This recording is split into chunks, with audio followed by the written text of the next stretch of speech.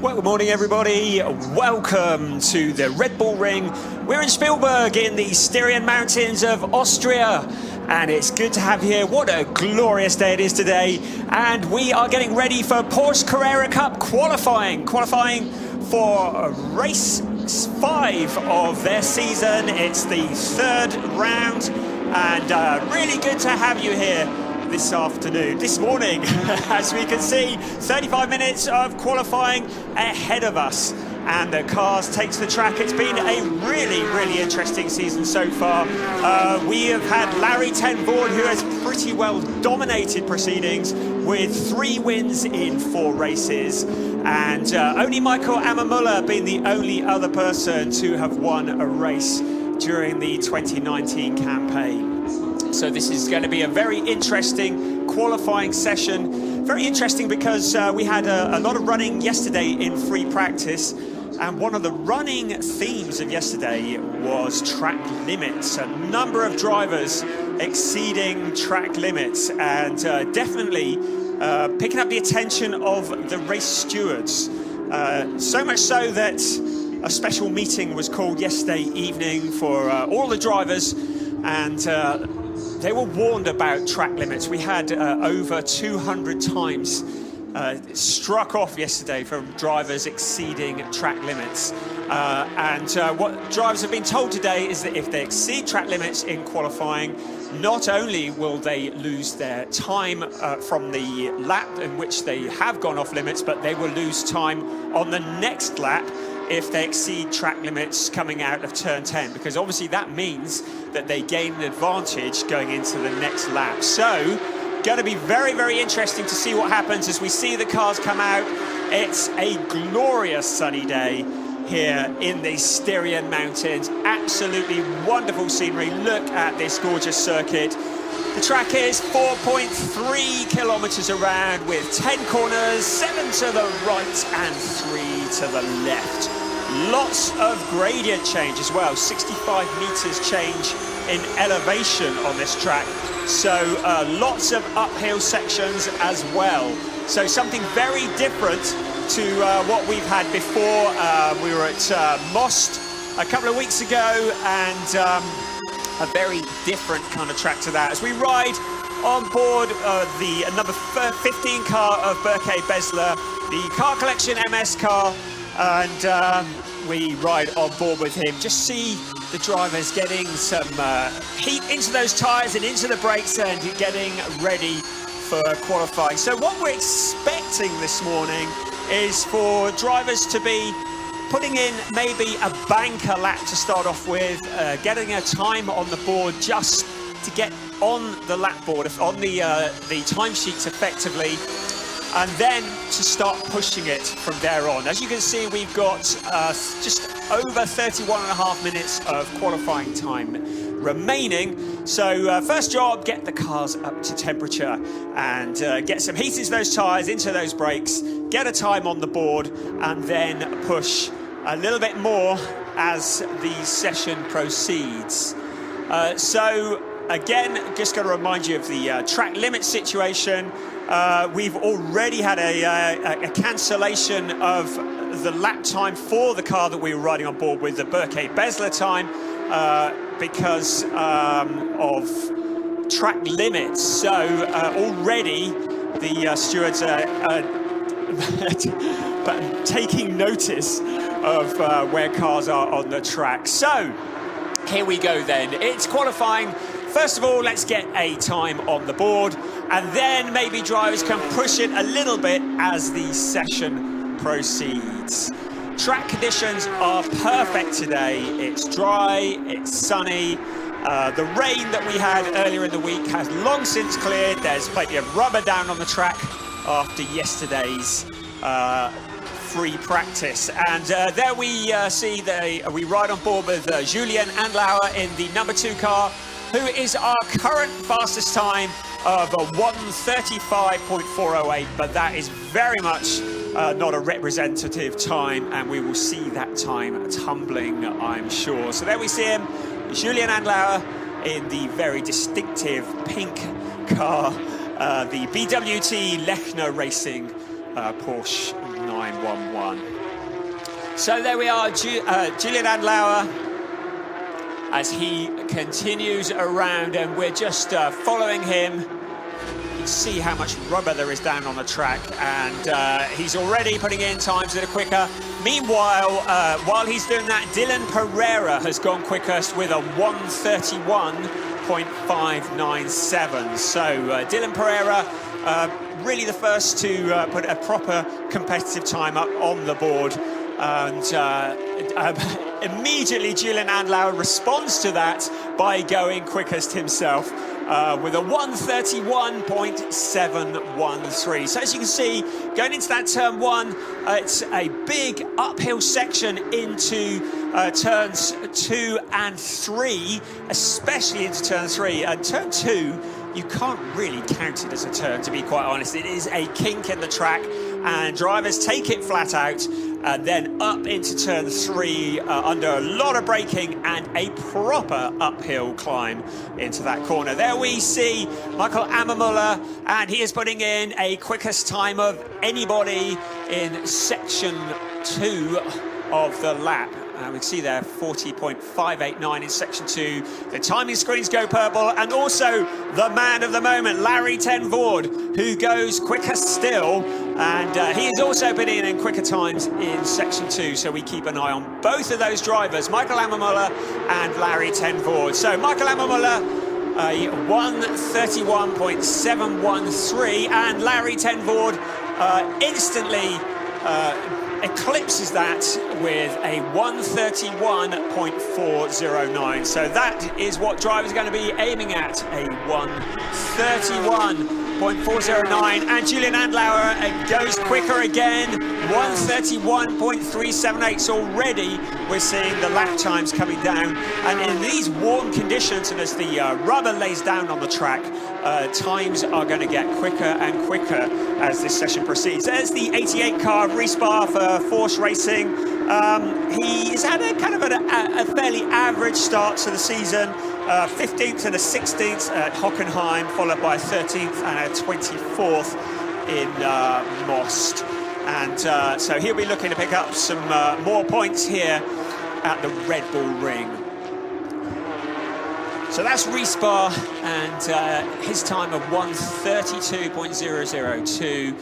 Still about 0.6 of a second off the fastest time. You can see Michael Ammermuller in the #1 Porsche.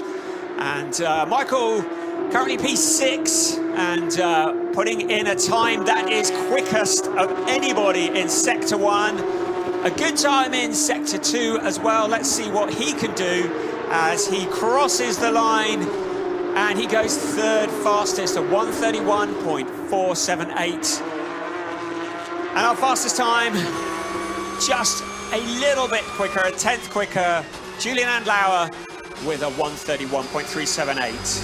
We're riding on board now with a 22 car of Nikolaus Scholl for Team Allied Racing, and you can see quite how much of the track these drivers are using, and they have to be so careful. So we have a cancellation of time for David Kolkman in the car #5 for exceeding track limits. In fact, we've had, just looking at the timing screens, a number of times have been cancelled now.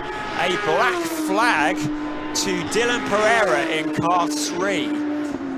So a number of drivers picking up times, picking up penalties. The stewards are watching very, very carefully. And a cancellation of time for car #4, Soren Speng. So a lot of drivers exceeding track limits, and you do wonder whether there is an element of tactics in this. Get a good time on the board and then push, see what you can get away with. Cancellation of times for 44, 17 and 88. So Sandro Kaibach, Lucas Erthel and Respar all have had times cancelled, again for exceeding track limits. And there we can see Larry ten Voord putting in a very quick time, 1:31.131. Now that really is a quick time. He's put purple sectors in each of the sectors, which means he's the quickest of anybody.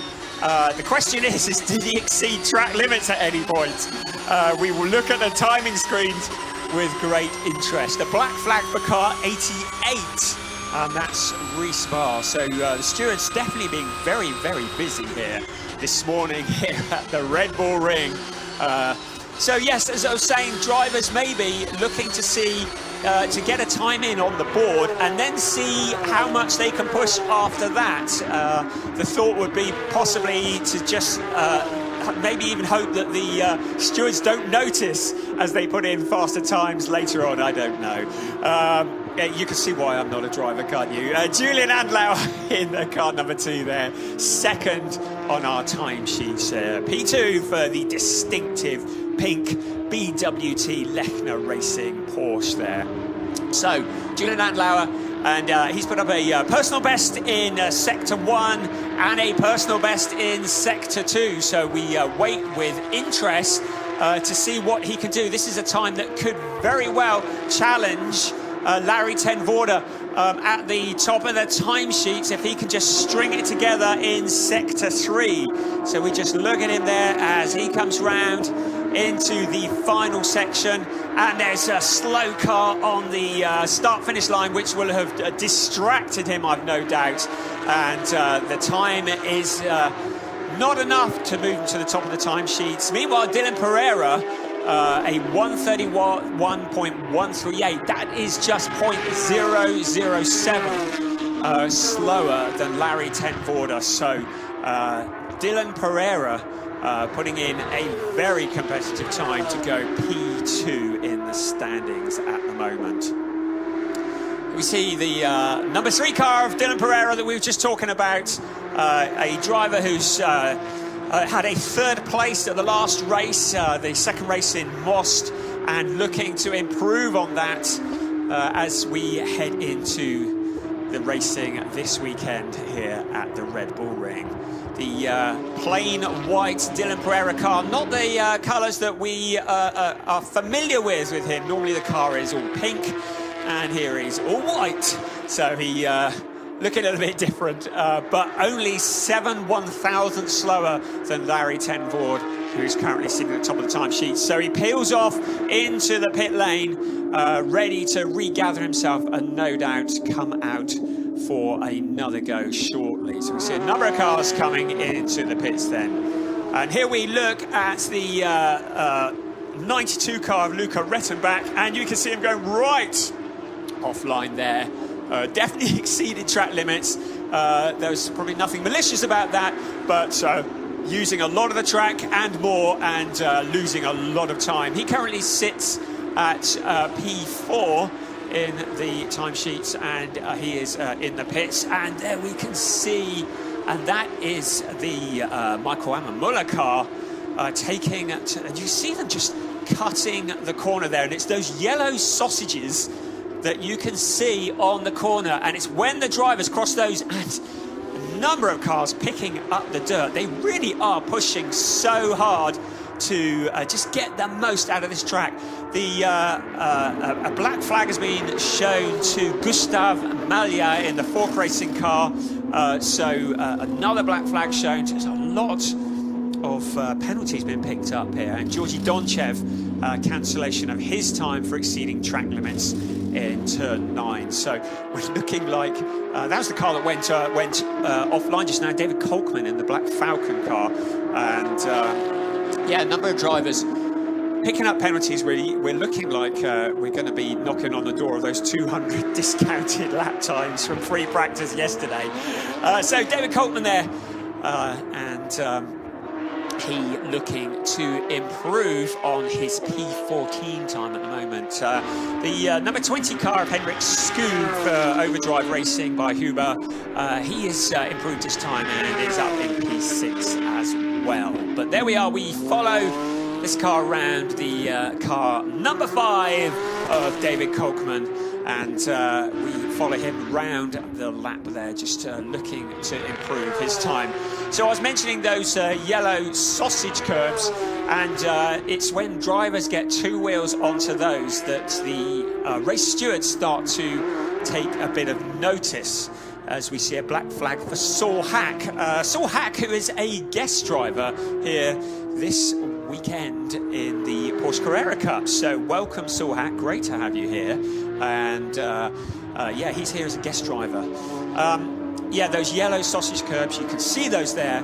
When the cars cross those yellow lines, that's when stewards really take a bit of notice. And the Porsche 911 car is so resilient and so stable that when they do cross those yellow sausages, whereas in some other formulas you would lose time, in the Porsche 911, the GT3 car, they are so stable that actually you tend to gain time rather than lose time.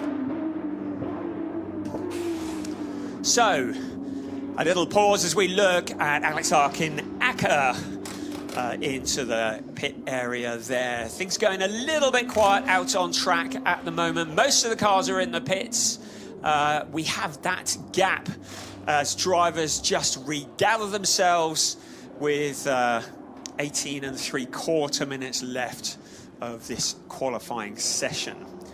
And heat is probably going to be quite an issue here this weekend. It really is very, very warm here at the Red Bull Ring.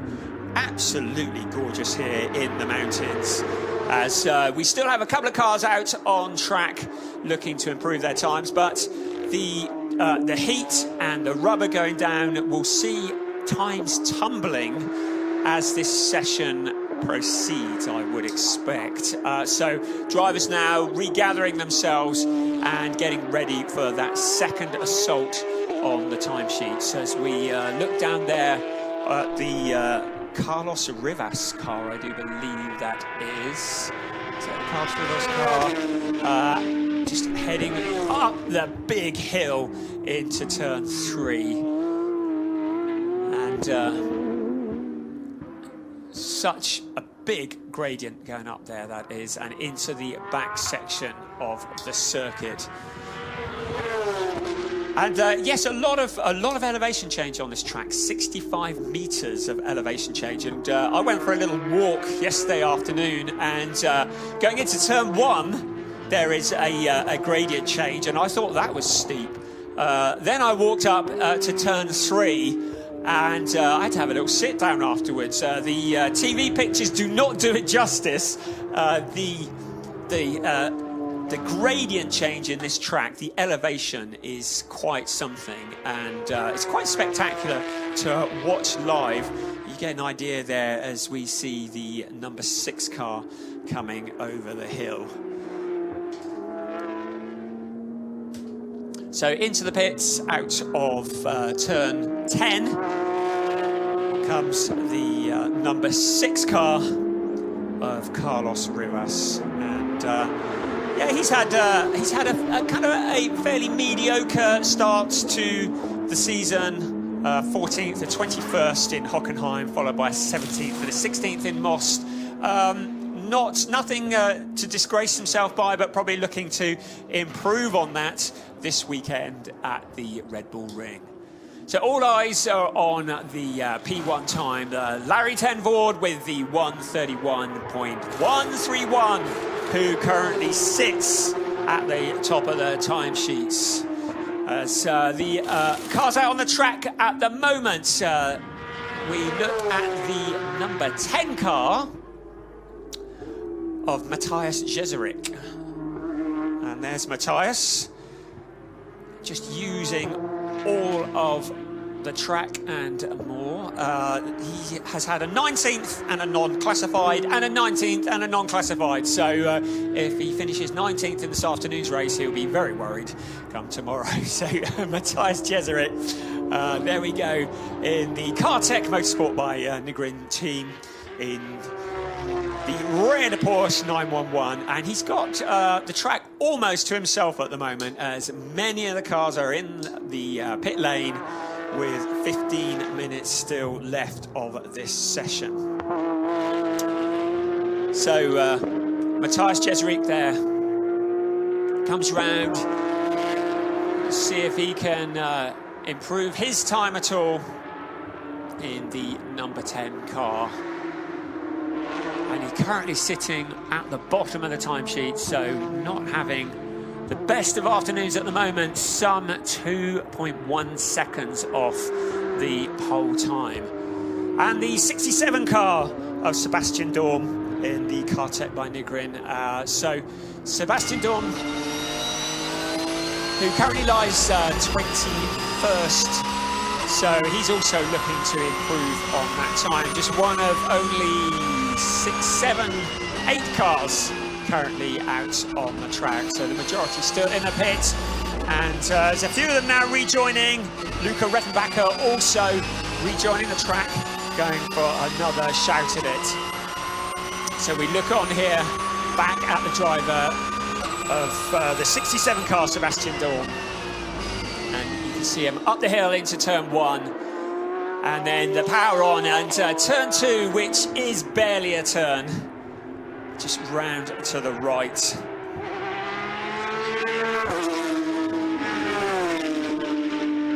And then up the hill into that really steep right-hander. He locks the tyres up. That's not the quickest way to get round. Just pushing that car really, really hard.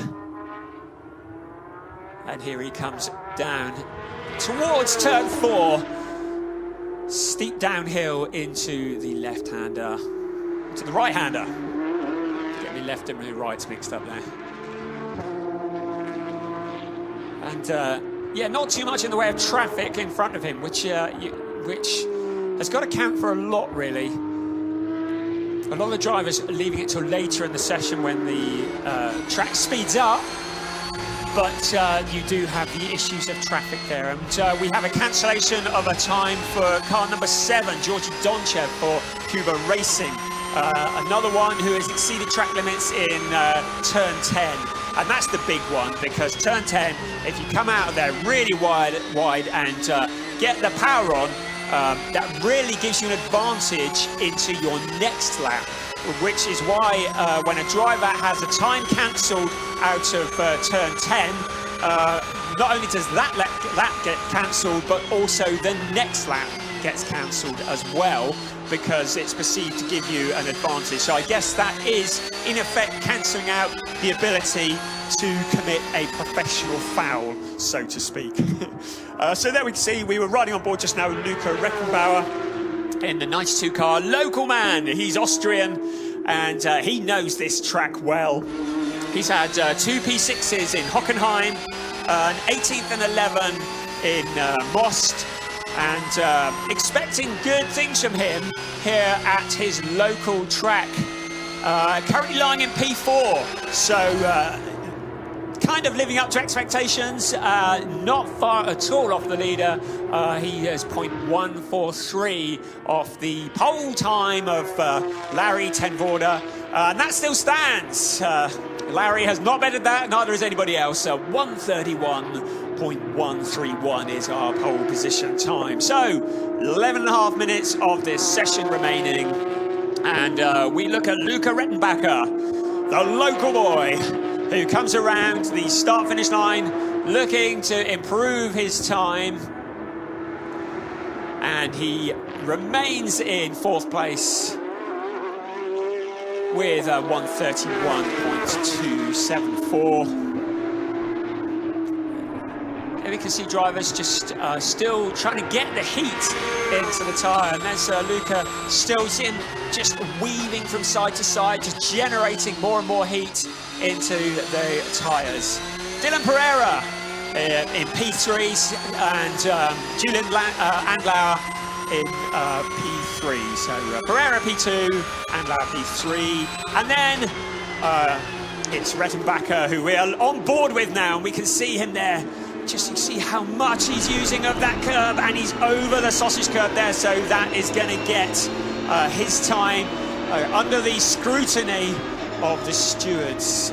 Car 37 has been listed as under investigation. Igor Valiko. Not sure whether that's a track limits issue or whether that's something else, but Igor Valiko currently is in P9. is under investigation from the stewards. So Luca Rettenbacher, we got some great shots on him. The local man. You can understand why he's getting a lot of screen time, because this is the track he knows, and he's coming up on traffic because all of a sudden, as we reach, just come up towards the last 9 3/4 minutes of this session, everybody is now getting back out on track. In fact, everybody bar 4 cars is now out on track, and you can see how busy it is. So those drivers who are out just now, although the track might have been a tad slower, they did not have the issues of traffic that a lot of these cars have got here now. We can see drivers, a number of drivers are on their out laps, so they just looking to get heat and temperature into the tyres and brakes, and got to be careful not to be impeding those that are on their flying laps. And we saw earlier, on board Luca Rettenbacher going over the yellow sausage curbs, and as we suspected, his time has been cancelled. And he's in good company, has to be said. There are not many who have not had their times cancelled this morning. I'm getting ahead of myself there. So we see the number 4 car. Quite how close to those yellow sausage curbs they can get, and maybe how much they can get away with. I get the feeling there's nothing that's getting under the radar of the stewards this morning, that's for sure. They got their eyes well and truly open. Black flag for car number 4, that's Soren Spreng. So he's got a black flag and a cancellation of his relevant time for exceeding track limits in turn 1. And that really is a tricky turn. Just stood on turn 1 yesterday afternoon, and you can see drivers just really sliding and working hard to get traction into that really tight right-hander into turn 1. So there's the 94 car of Janis Vichet. He is currently in 28th. Our quickest time is still Larry ten Voorde. He set that time some while ago with a 1:31.113. With Dylan Pereira just 0.025 behind.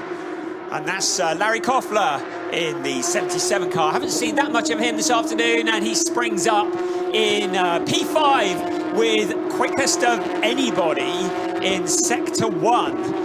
He hasn't managed to carry that through into Sector 2, but he's still very, very quick, and a pretty quick Sector 3 as well. So Leon Koffler, I do apologise, into P4, knocking Luca Rettenbauer down into P5. Yeah, Koffler looking very racy indeed here in the 77 MSG HRT Motorsport car.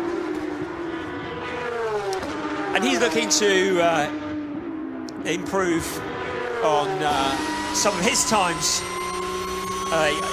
Certainly looking to improve on his Hockenheim times, where he was not classified at all, and a 15th and a 14th in Moss. Riding on board with Julian Andlauer in the number 2 BWT Lechner racing car in the distinctive pink Porsche 911. And currently in P3, and he's got 0.054 gap that he needs to make up if he wants to snatch that pole position from Larry ten Voorde. You see how busy the track is now. Cars in front, disturbing the air, distracting the drivers. You can see the 67 car, Sebastian Dam, just moving to one side, getting out of the way, which is really good driving from him. And Michael Ammermuller has done it. Michael Ammermuller in the number 1 car has finally unseated Larry ten Voorde from that pole position. And Michael Ammermuller goes quickest with a 1:30.831, and Julian Andlauer responds by going P2 with a 1:30.908. but that is unseated by Dylan Pereira. The times are now tumbling. This is what we expected with 4 3/4 of this session left. Michael Ammermuller, P1, Dylan Pereira, P2, Julian Andlauer now down to P3, and Larry ten Voorde, just a few moments ago, was sitting proudly on P1, now back in P4. So times suddenly tumbling. The big question is how many of those will have picked up the attentions of the stewards. One of those is the 27 car of Jean-Baptiste Simonauer, and he's just had his time discounted for exceeding track limits. We look at our current fastest man, it's Michael Ammermuller with 1:30.831, and I should say Mikhail. I need to get my pronunciations right. And we can see him go right across the track limits there. That is going to get his time cancelled surely. Saw some debris flying up there as he went across. And there we go. Yes, the stewards have noticed a black flag to car number 1 and the cancellation of his time exceeding track limits in turn 9. But he still holds on to that pole position, and drivers just seeing how much they can extract out of the track in these closing stages, and an element of there's not a lot to lose really. So many cars currently getting times discounted. Car number 50, that's Tim Zimmerman, who's just had his time cancelled. There we see Larry ten Voorde in the number 13 car, and he's looking to improve on his P3 position. He's looking for that pole position back again. The very popular driver from the Netherlands has, it's fair to say, pretty well dominated. 3 firsts and a second are his results for this year so far. He has not finished below P2 at any point this season, which is incredibly impressive in a series such as the Porsche Carrera Cup, which is so competitive, and just showing great maturity and driving incredibly well. There's Dylan Pereira in P2, and he's putting in times not going to be enough to snatch pole position, I don't think. Larry ten Voorde, though, he's putting up personal bests, but probably not enough. No, not enough to unseat Michael Ammermuller. So Larry ten Voorde up to P2 in the number 13 car, and Dylan Pereira is unceremoniously dumped down into P3 as we see a lock-up of the brakes from several cars, in fact, going into the corner. And there we can see the Michael Ammermuller car just using every part of the track, and that's where the black flags, a lot of the black flags are coming from. And I think this is going to be a bit of a running theme throughout the season, to be quite honest. It's all about the track limits, and it's good that the stewards are on top of this, because later on in the season, when we're at Norrisring and you don't have runoff areas, you don't have the option of exceeding track limits, because it's a concrete wall on the outside, and if you exceed track limits there, you're going to have a crash. So you know, why should that not apply to all of the other circuits? So we're into the last minute of qualifying for the Porsche Carrera Cup. It's Michael Ammermuller currently quickest, but Larry ten Voorde is doing everything he can to unseat him. He's put up a personal best in P2, but not so in P1. I beg your pardon. He put up a personal best, but in P2 and in Sector 2 and Sector 3, he has not. So Larry ten Voorde remains in P2. Get me P's and S's mixed up there. Yeah, Larry ten Voorde, you see him there flashing his lights as qualifying reaches 0 time and the checkered flag comes out. Drivers just finishing their laps that they're on now. It's Michael Ammermuller who is in that P1 position, and Larry ten Voorde, he's just got traffic. You can see he's put up a purple sector in Sector 1. Can he keep that going into Sector 2 and Sector 3? Could this be a big moment here as he tries to snatch away that pole position from Mikael Ammermuller at the very last stage? So here he goes, he's into Sector 2 at the moment, the number 13 car. And being careful not to exceed track limits, but his Sector 2 time is still very, very quick. It's not as quick as Mikael Ammermuller.